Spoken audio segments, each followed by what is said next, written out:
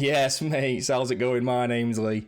Welcome back to the channel for another FPL video. Today we'll be going for a potential Game Week 9 wildcard team and a couple of different options that you can look at moving forward. I'll give you some tips and some hints, a couple of websites you can use to try and help through that. If that's the kind of thing you're into, don't forget to subscribe, leave a like and leave a comment down below. Let's rock and roll. Right, mates, first up, this is a website called FPL.team. I'll leave some links down below.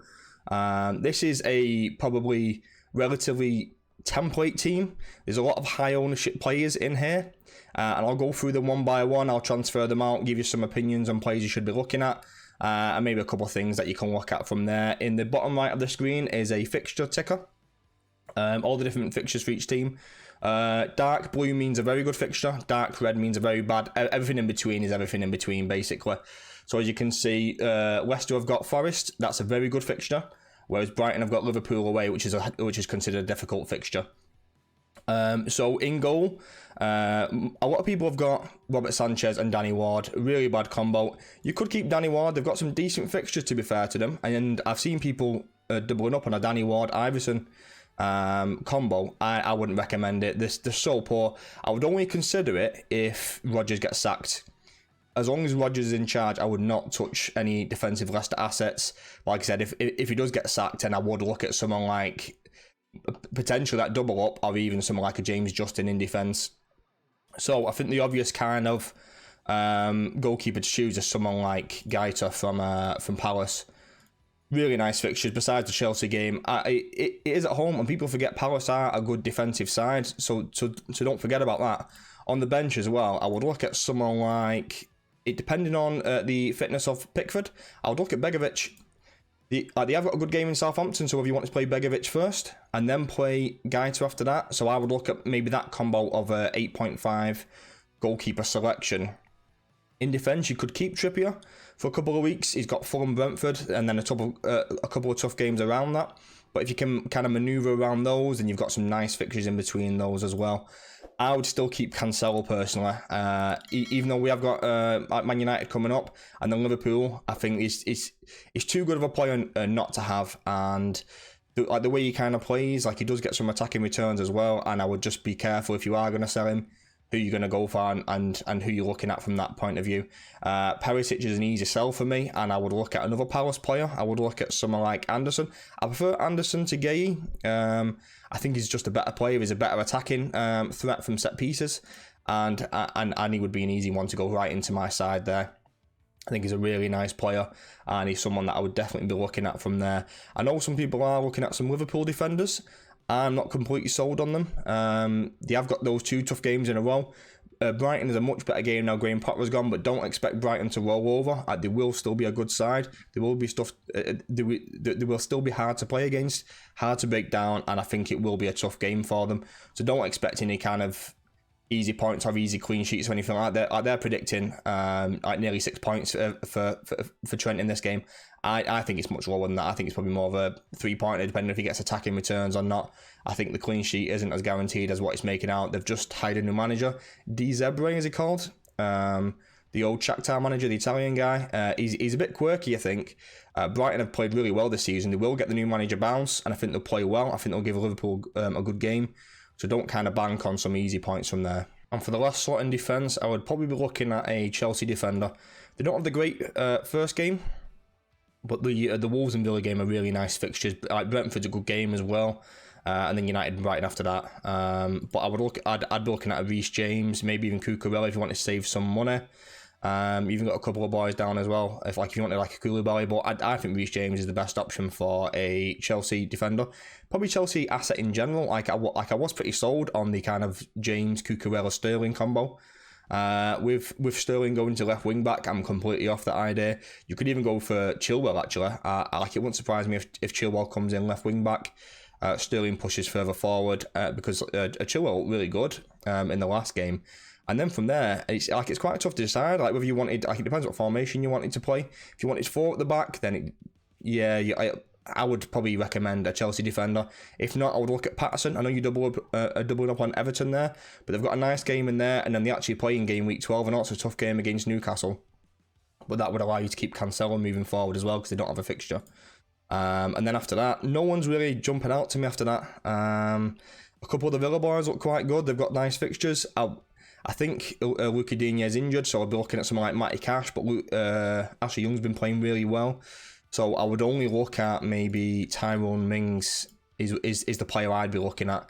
For 4.3, I think is a really nice price. So I actually got 9 points on the weekend. I'd be looking at Tyrone Mings. They've got maybe 4 decent games in there, sandwiched by Chelsea and Newcastle, and I think it's a decent option moving forward there. Right, onto the midfield. I'd keep Andres Pereira in.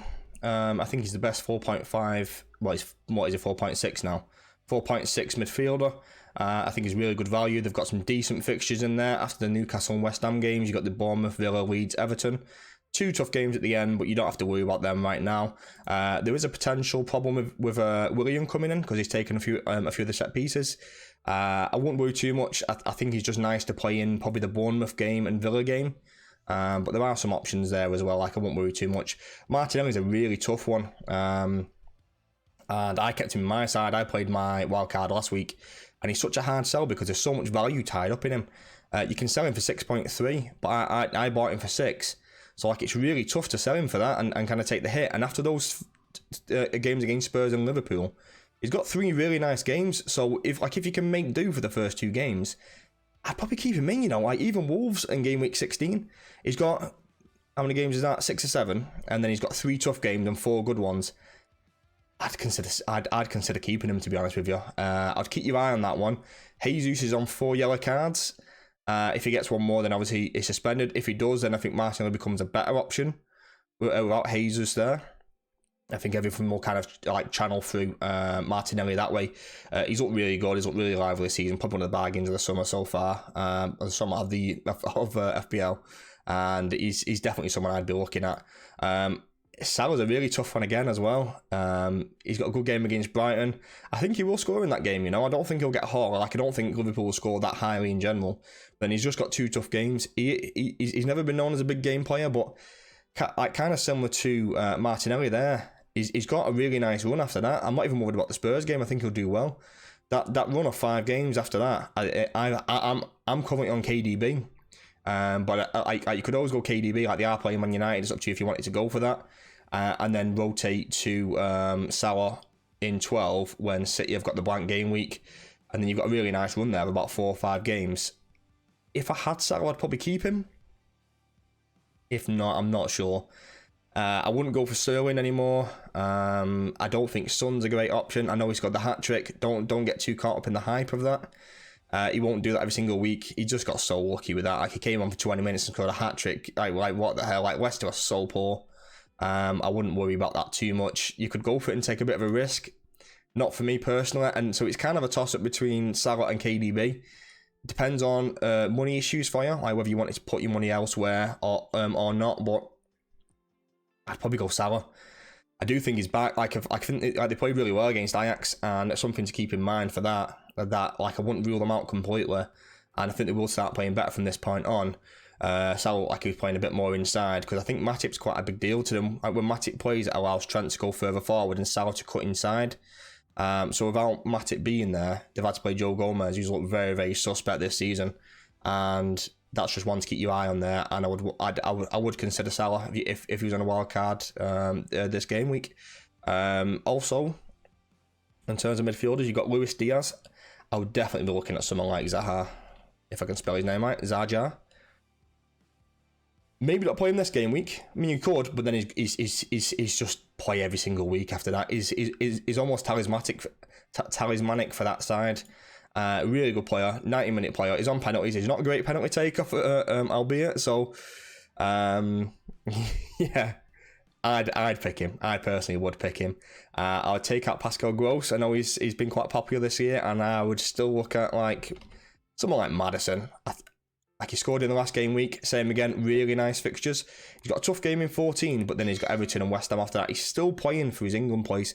I can't believe Southgate hasn't taken him when he's took 12 defenders. He doesn't take James Maddison. It's just so bizarre. He's such a good. He's just a really, really good player, and that's looking pretty solid already for me. with that goalkeeper, defender, midfielders, you don't have to touch them that much. I would probably take Martinelli out this week anyway. You don't have to touch it that much already. I would keep Haaland in again for the strikers. Mitrovic, he's just an animal. You have to keep him in. Those last 2 games are a bit of an issue, and we'll talk about that in a moment. And then your last striker, it's a toss-up between Ivan Toney. He's got 1 good game, but then 3 tough games. But he has come back from England duty after this point. I think he'll be on a cloud 9. I think he'll be razor sharp. I think he'll play really well against Bournemouth. And I think he will do well against them. Just have a plan when you get to the Brighton-Chelsea games. He might do well against Brighton again, because they are playing at home and they are quite good at home. Chelsea is a tough game, and they've got City in 16 as well, but they have got nice fixtures around that point. Or, I mean, it's pretty obvious, but Isaac, he got 9 points on the weekend. He actually didn't play that well. And for people that didn't actually watch the game, he actually didn't play that well, and you might think he got 9 points because he played really well, but he didn't. He got the penalty. I thought he didn't look great. His hold-up play wasn't good. He had no space to run in behind against Bournemouth. I expect that to be completely different against Fulham. Like, Fulham are wide open.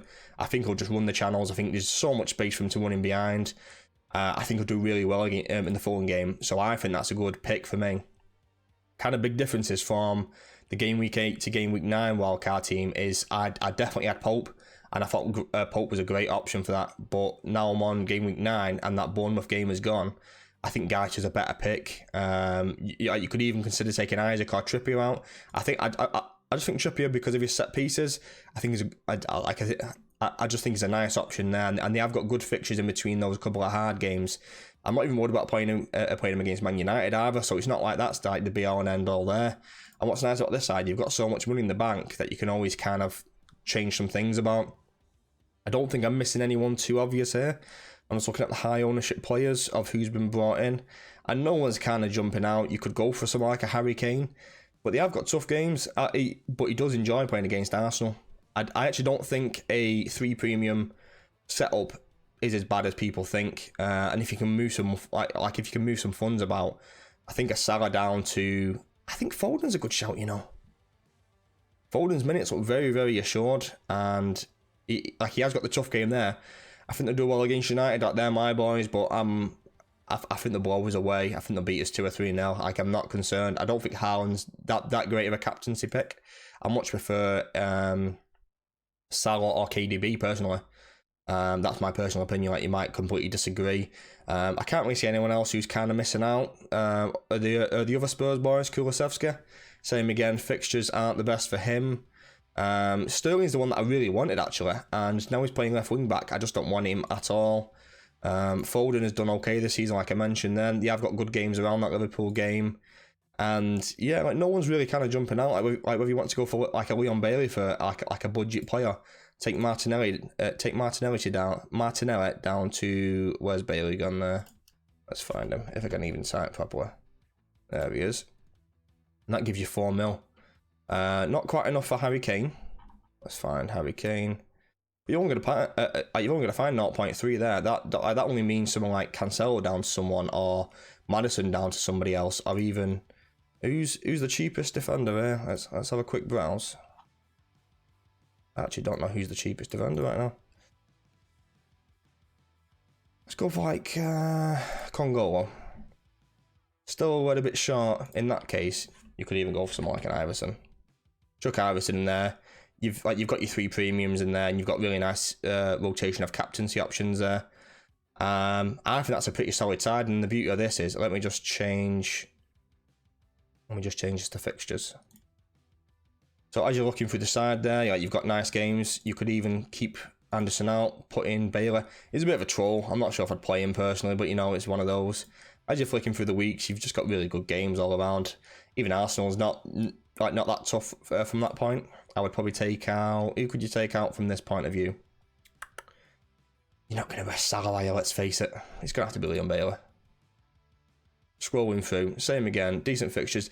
This is the only tough one when Liverpool play City. But then you've got 2 fixtures built up, 2 transfers built up there, whether you want to change some things around, because Spurs have got a good game there. Yeah, I think that's a pretty decent wildcard.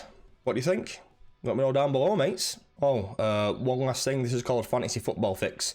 I'll leave a link down below, and this is really good for tracking potential price rises. They're about 75% accurate. I really like it. If I was you, I'd be looking at playing my wild card now and looking for those price rises, and this is a great site to use to be able to help that.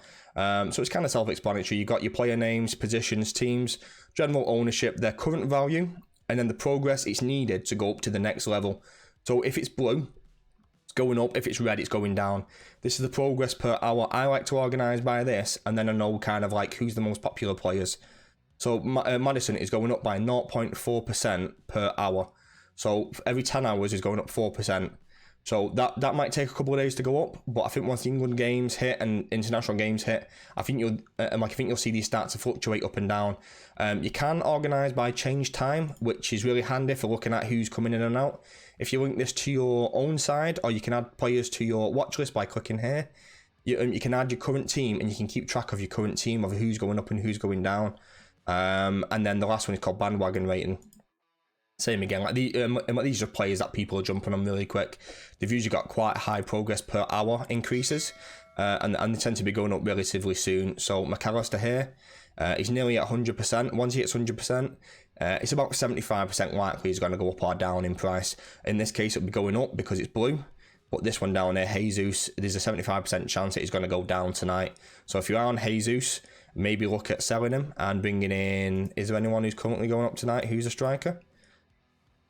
Who have we got going up? If you haven't got Haaland, get Haaland. I mean, that's pretty obvious anyway. But you've got Ivan Toney here, who's on nearly 80% of chances going up. I think that's quite a nice transfer to go from Jesus to Toney. Yeah, it's just a really good site. I'll leave a link down below, like I said, and it's great because if you are on wildcard now, you can basically play it and just look for those price rises. And I reckon you can probably make about $1 million over the next week or so, however long the international break is. But yeah, if you haven't heard of it, check it out. Alright mates, that's it for today's video. Hope you enjoyed. So today I went through my potential Game Week 9 wildcard team, a couple of sites you can use to try and help with your choices, and a couple of players that you can look at moving forward. If that's the kind of thing you're into and you enjoyed it, don't forget to subscribe, leave a like, leave a comment down below. Peace and love, man.